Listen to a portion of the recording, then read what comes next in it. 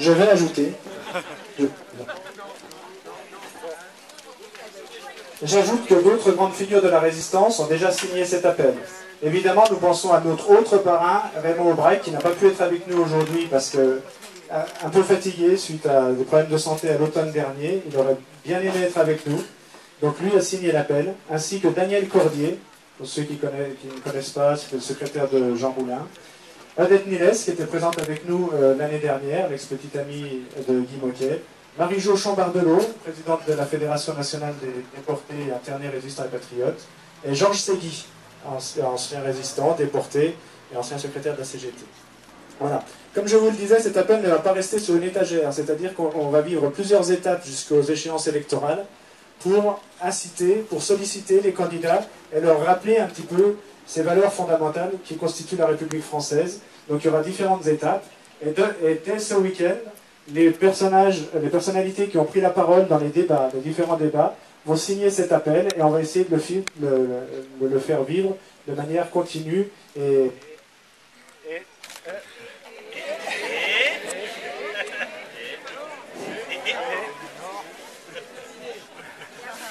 heureusement qu'il y en a deux.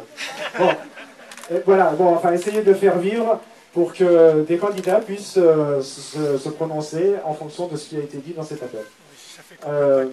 Prochainement, cet appel aussi sera soumis à signature sur un site internet en collaboration avec des grandes organisations associatives, syndicales ou politiques.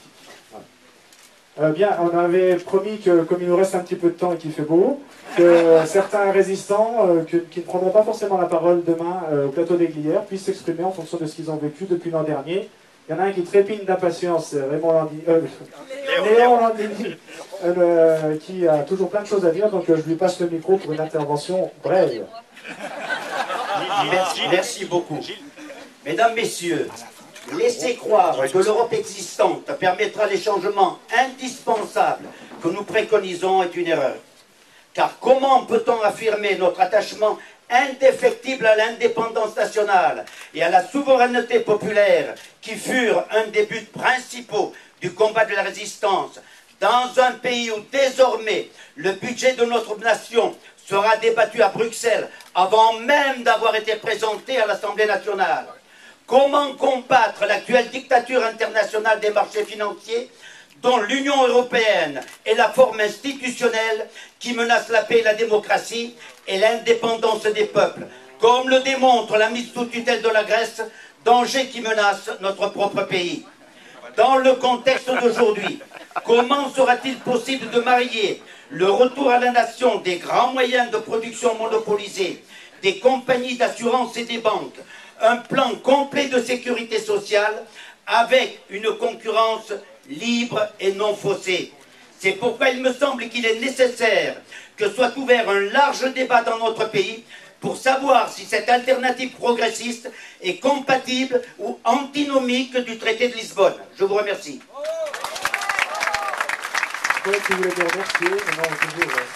Stéphane n'est pas forcément d'accord avec... tout le monde n'est pas forcément d'accord avec Léon, mais on a coutume de dire que nous, citoyens résistants directs aujourd'hui, on n'est pas tous d'accord non plus sur ces choses-là. L'important, c'est de se rassembler pour signer un appel en commun et d'essayer de faire évoluer les choses dans le sens des valeurs portées par le Conseil national de la résistance. Voilà. On va faire dans l'ordre peut-être. Charles, peut-être un petit mot? À Brest, nous avons une vedette, une amie de la résistance qui s'appelle Irène Frachon, le médiateur, que nous soutenons de tout notre cœur. Quand je suis parti de Brest, il n'y avait pas de pluie. Merci pour la pluie que vous avez bien voulu. Irène Frachon, c'est une amie de la résistance, nous la soutenons de tout notre cœur. Elle est avec nous aujourd'hui. Aujourd'hui dans le cœur et dans l'esprit. Alors, je ne vous avais pas présenté Pierre Moriot qui est arrivé en retard, qui est un ancien résistant, qui s'est engagé dans les forces combattantes ensuite. C'est un Haut-Savoyard, et en fait, comme on a un ami en commun, puisque Pierre Moriot a renvoyé à Bernard Accoyer, lui, son diplôme d'ancien résistant. Donc, je ne sais pas, c'est Pierre, c'est en fait l'initiative de Charles qui a fait que Pierre a envoyé, mais peut-être que Pierre veut nous dire un petit mot. Oui, j'avais lu dans Le Monde son idée, et il avait pris les dispositions générales qui sont scandaleuses, et celle qui m'avait personnellement touché. Excuse. C'est ce qui visait les étrangers. Parce que pendant la guerre, j'ai eu tellement d'étrangers avec moi. Quand le débarquement a eu lieu, des jeunes espagnols, italiens, ukrainiens, toutes sortes, sont venus nous rejoindre, alors que de mes camarades bourgeois, la plupart n'ont rien fait. Et j'étais scandalisé.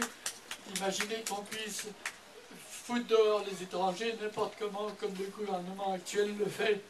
Voilà. Alors c'est ça que je tenais à dire.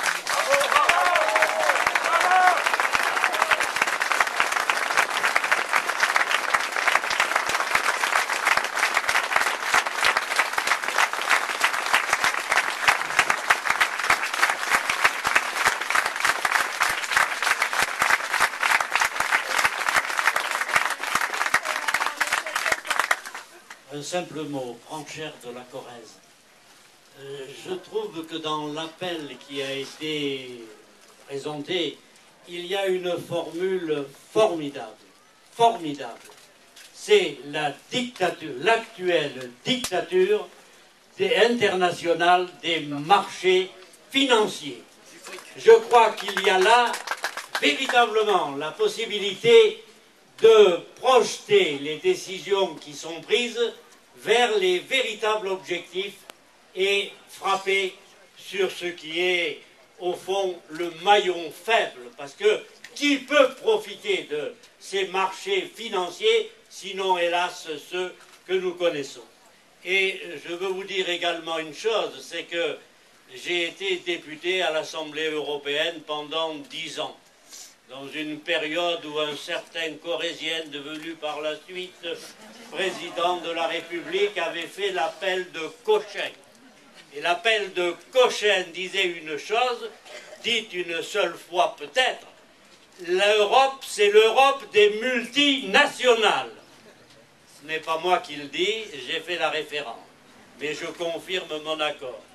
Et il est clair aujourd'hui, connaissant l'Europe, parce que j'ai toujours les relations en tant que député honoraire, que le Conseil national de la résistance ne peut absolument pas revivre en France si on ne se dégage pas de cette emprise qui finalement prolonge la dictature actuelle des grands marchés financiers dans le monde. Merci de votre attention.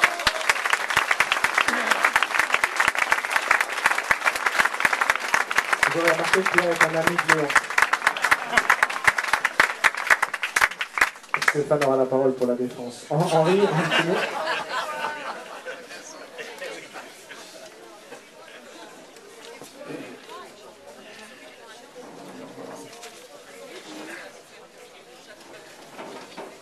Oui, je suis ici pour affirmer ma conviction à la fidélité de la mémoire de la résistance et qu'elle ne peut se limiter au seul rappel des faits militaires, qu'elle exige l'évocation des sentiments et des aspirations de ceux qui en furent les témoins. En rappelant le titre et le texte intégral du programme d'action du Conseil national de la résistance, et en se dressant contre sa démolition, l'association citoyen résistant d'hier et d'aujourd'hui ne s'arrête pas à un rite d'opposition à un pèlerinage ostentatoire, elle se veut en prise avec les luttes contemporaines pour l'édification de la cité de justice et d'honneur et de vie dont nous rêvions il y a 70 ans. Nous étions en ce temps-là l'armée des ombres. Aujourd'hui, c'est en pleine lumière que nous affirmons ne pas renoncer à ce rêve tout entier incarné par le programme d'action du Conseil national de la résistance, ni accepter le démantèlement des premières conquêtes sociales nées de ce programme au lendemain de la libération du territoire. Face à un ennemi clairement identifiable, des hommes et des femmes aux conceptions politiques, religieuses ou philosophiques diverses, parfois opposées, ont pu se retrouver dans les périls de la clandestinité pour élaborer ce programme. C'est pour sauvegarder leur œuvre que nous appelons aujourd'hui à une mobilisation citoyenne exclusive de nos légitimes différences.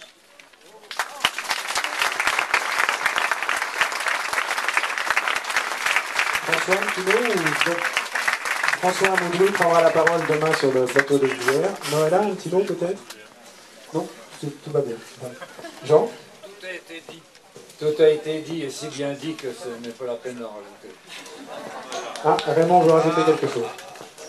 Jean, en même temps que je suis ici, je veux faire honneur à tous ceux qui sont tombés sous les balles allemandes et les balles des miliciens. Et sans oublier ceux qui ont réussi à sauver leur peau.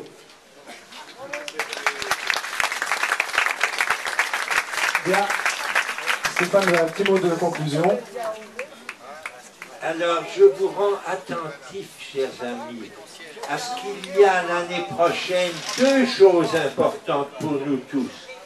Il y a une élection présidentielle et l'essentiel, c'est d'en changer de président.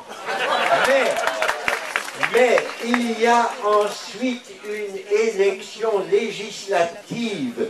Méfiez-vous de forces qui sont en train de prendre plus d'importance dans notre pays alors qu'elles doivent en être chassées une fois pour toutes. Préparez-vous à ces législatives qui elles-mêmes vont entraîner par la suite des européennes.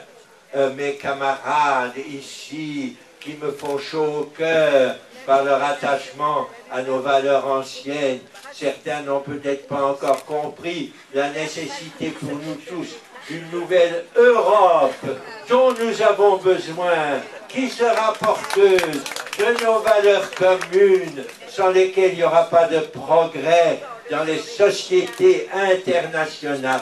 Mais il faut que cette Europe soit elle-même le fruit de la résistance qui, elle aussi, a été européenne. Cette résistance européenne, nous en gardons le souvenir, elle doit porter l'Europe de demain. Merci.